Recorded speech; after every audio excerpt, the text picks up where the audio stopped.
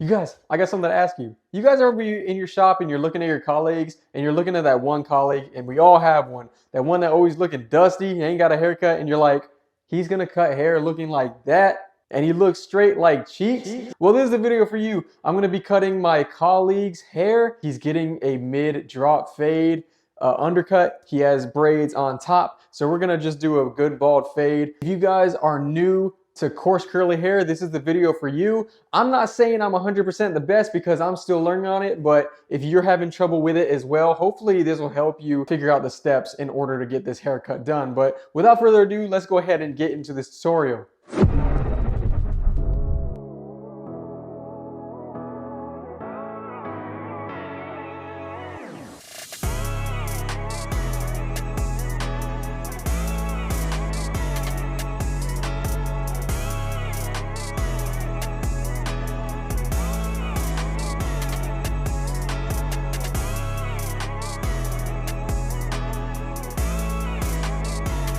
Alright y'all, let's go ahead and get into this tutorial. So he doesn't have much bulk, so I'm not going to be debulking in this haircut. You guys know that I usually, if there's a lot of hair, I like to debulk before I set in my initial bald line. But since there's no bulk, we're just going to go straight into setting this initial bald line with my trimmer.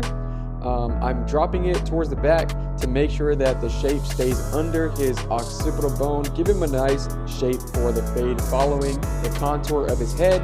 I think it's just going to sit better for him. You kind of want to contour your fade to your client's head shape. So we're dropping it under the occipital bone, and we're just going to set in the shape and clear out everything underneath that. I like to clear out everything so I can see my fade come together. Some people like to leave it at the bottom, but the trimmer's already in my hand, so I might as well just clear out all the bulk underneath.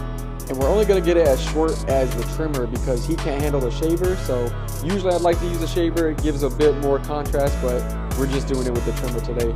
My next step is gonna be following that initial guideline shape, and I'm setting in my first guideline with my clipper, no guard, lever open, and I'm going up about an inch, really trying to stretch this guideline so I have more room to blend and I can really get that transition looking blurry.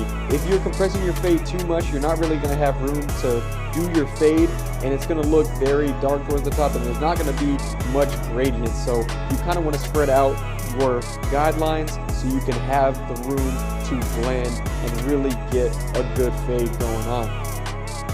And so I've set in this guideline all the way around, doing a couple passes to make sure that everything is at that length. And to take it out, I'm starting towards the top of that guideline, and as I go down, I'm closing the lever little by little as I go towards the bottom, and you'll see that bottom guideline start to disappear. Now when I say little by little, that means I'm starting with the lever open, and my clippers have notches on them, so I'm literally closing it every single notch as I go down.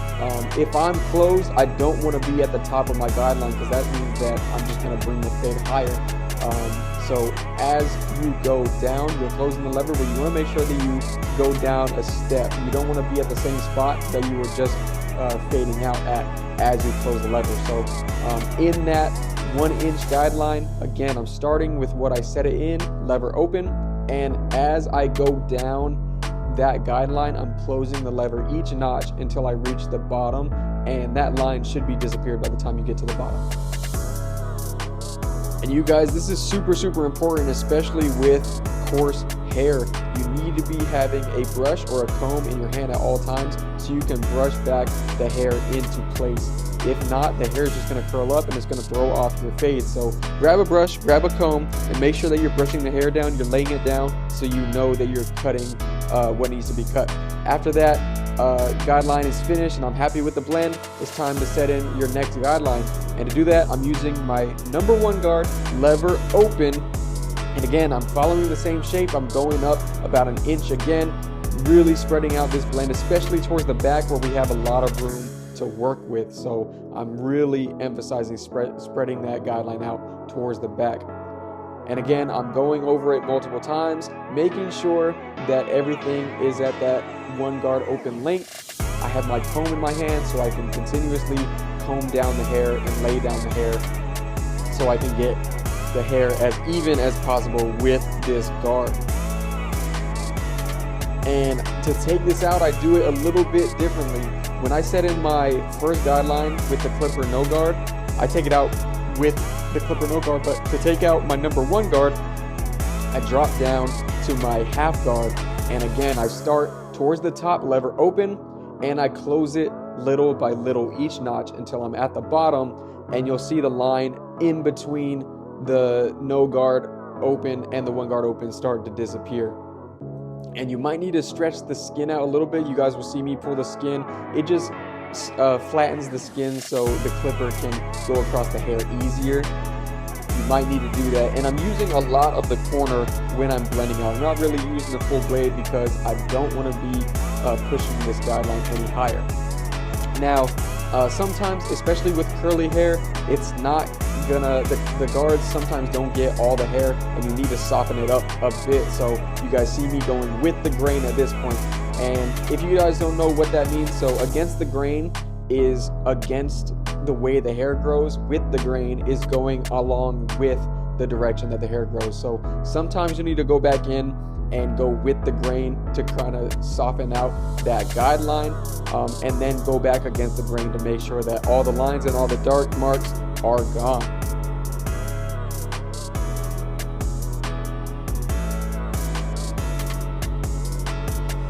And again, I don't claim to know 100% about this hair texture. I'm still learning it myself, but I think this is one of the best blends that I've done on him so far. It just turned out pretty gradient in my opinion. Just picking up tricks that I've learned cutting his hair and cutting coarse curly hair. So drop in the comments if you have trouble with this hair texture, and let me know how I did. If you do, if you're not new to this hair texture, let me know some tips on how to get it a little bit more smooth and a little bit more gradient, but I think I did a pretty decent job. So just keep along watching it as I go through this process. So here I was happy with the way the 1 guideline turned out, so now I'm gonna go up another inch going towards his braid area. Obviously I don't want to cut into the braids, I'm just scooping out right under that. So I'm using my number 1.5 guard to be able to bring all that hair down, and then if I see any bulk areas, I drop that back down to my number 1 guard, and I'm using lever play. I'm really detailing the work there because the fade is pretty much almost done at this point.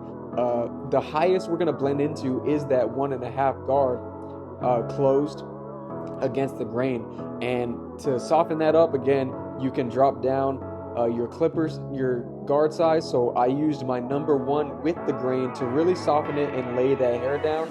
And to fine tune all that, I go against the grain with my number 1 guard open, and then it's just about detailing work. So I go back through my steps and hit any dark marks that I see, any lines that I see, just going through my guard systems and really polishing out this blend.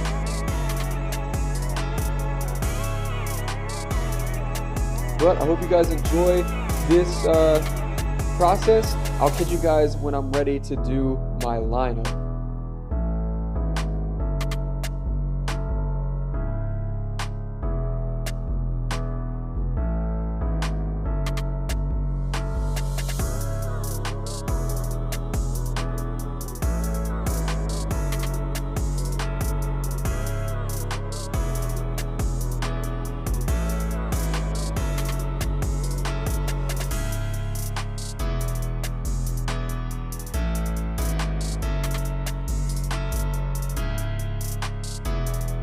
So right here, I'm kind of prepping my lineup. So I'm going with the grain with my number 1 guard lever open to lay those hair down on his edge up and taper it down a bit, because you don't want to edge up on something that's too heavy. So you want to kind of knock it down, taper out the line, and get ready to do your lineup. I still have a little bit of detail work left, but I just wanted to show you guys that I was tapering down the edge up to prepare myself for when I'm ready to line that up.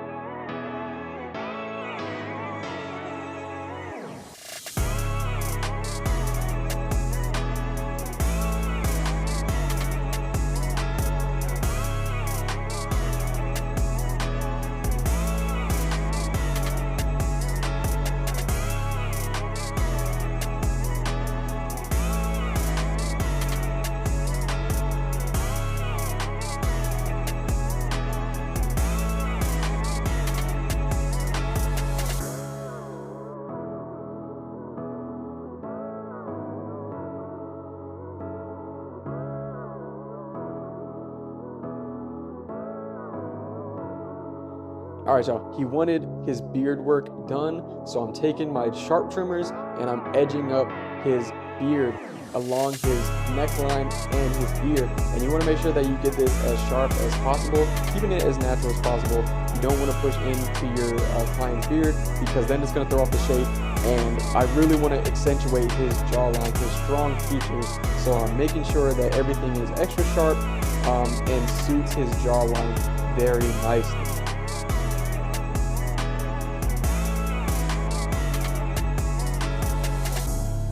Here I switched my trimmers to my softer trimmers because my other ones are just too sharp to get under his jaw on his neck. So I switched to my lighter trimmers so I can clear out all the hair underneath. And again, I can't use a shaver on him or else he will bump up under there. So we're just going to use our trimmers for this, knocking off all the bulk and giving him a real clean look under his beard.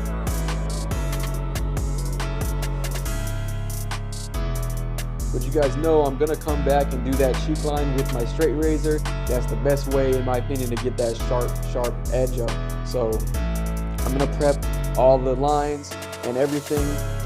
Just you wait and see the process for that. I didn't get to get the whole process though, because I realized that my camera was behind my back and you couldn't really see the whole setup process. But hopefully you guys get the gist and I can explain it as I'm doing it. Right here, we're hitting the mustache. We're just cleaning up over his lips so he doesn't have any hair hanging into his mouth.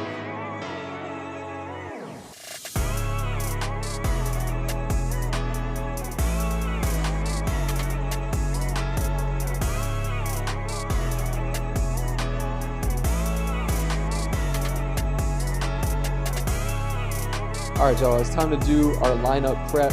And I've since changed my lineup prep. I wasn't getting the hardest and the sharpest lineup, and I realized that was probably due to me not knowing too much about lineup prep. So I have since changed my process.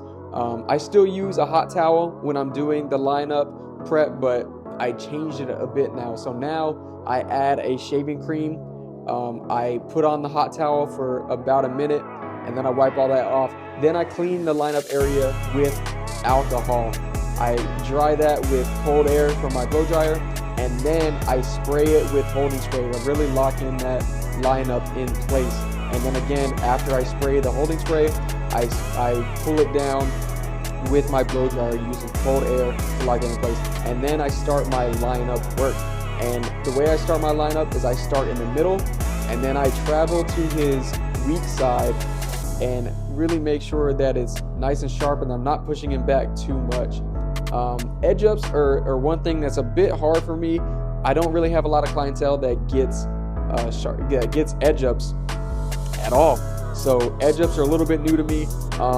This one turned out okay. I definitely could have gotten it a bit sharper, especially now with my new edge up process, my prep work for my edge up. But this one turned out okay. I was happy with it. Could it have been way sharper? Yes, it could have been. But I'm taking steps and I'm learning on how to get that as crispy as possible. So stay tuned for some new videos where I can really show off what I've learned, and I can really start getting that edge up popping. But again, if you guys are new to edge ups as well, take your time. Don't go across too fast, and definitely don't go all the way from the right to the left or the left to the right, because then your edge up isn't going to be straight. You want to start in the middle, travel to one side, and then go back to the middle and travel to the other side, and you should have a nice straight line. But you guys can see that edge up is coming together a little bit. It's not as sharp as everybody else I've seen, especially my teacher. He can really pop in that line and get it super, super crispy. I definitely want to learn how to do that so I can really bless my clients with these Instagram-worthy sharp edge ups, these YouTube-worthy sharp edge ups. But in time, I'm still learning. I'm gonna hone my craft and really work on that and make sure that I get the process down packed so I can bless my clients with these sharp edge ups. But the edge up isn't looking terrible. It's looking all right. On his left side, you guys can see that it's a little bit lighter. I didn't want to push up into that too much, so I left it as natural as possible. He's not going to get any enhancements either, so on that side, it's definitely not as sharp as I would like it to be, but I definitely wanted it to grow back in, so the next time we line it up, it'll be nice and natural, and it won't be pushed back, because he got pushed back last time. I did not want to push it back up to where it was left off. You guys see me doing the eyebrow work. You guys, he loves the eyebrow slits, and he gets a double one, so I hit it with the trimmer, and then I go back with my razor to get it extra sharp. But now it's time to clean off. This is the last part of the haircut, hitting him with that alcohol, making sure he doesn't get any razor bumps, and everything is clean. But guys, this is how he came in. If you remember, definitely needed to clean up, needed that fade work. He came to the right spot, because this is how he's leaving. Just look at that blend. I think it turned out pretty blurry, especially for someone that's a bit new to coarse curly hair. The haircut, I think, turned out really good, and the edge up on the beard was looking crazy. And that's how he's leaving, man. He was definitely excited about this haircut. He was ecstatic. He loved it. And that's all I can do as a barber. But I hope you guys enjoyed the video. YouTube really thinks you're gonna like this video, so go check it out. I'll catch you guys on the next one. Oh my god, is that Pico.Blurred?